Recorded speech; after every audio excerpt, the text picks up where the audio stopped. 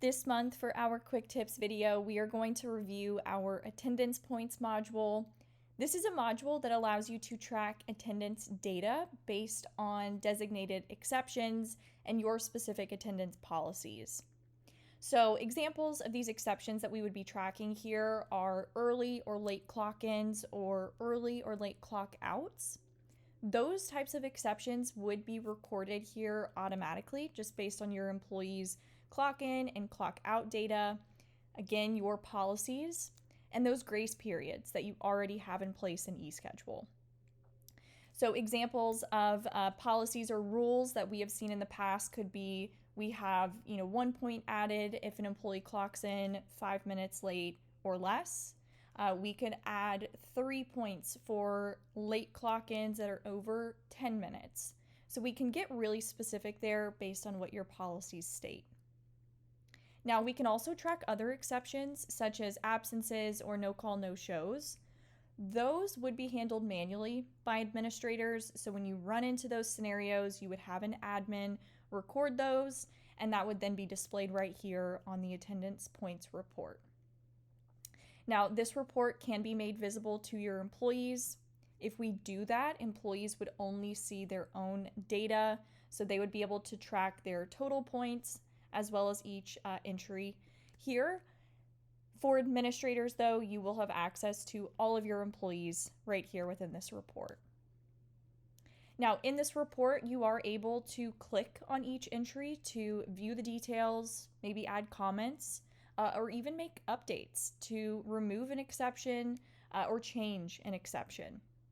So this example here that's highlighted is an employee that shows they've clocked in 135 minutes late, but this is a case where the employee did arrive on time, but they forgot to clock in. So this is one of those where we as an admin would likely need to make an update.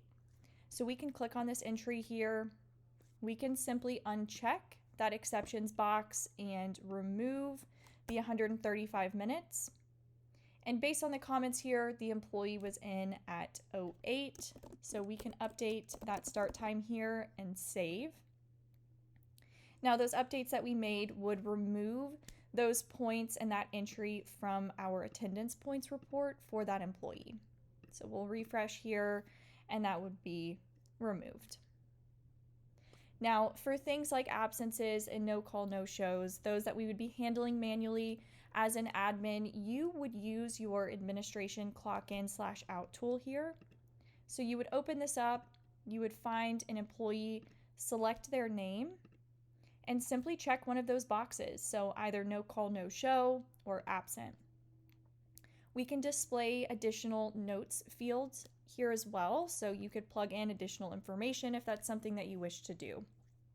So we'll go ahead and clock in for that employee, and then we should see Lori Hannah's record here in this report. If we refresh, we can see that down here.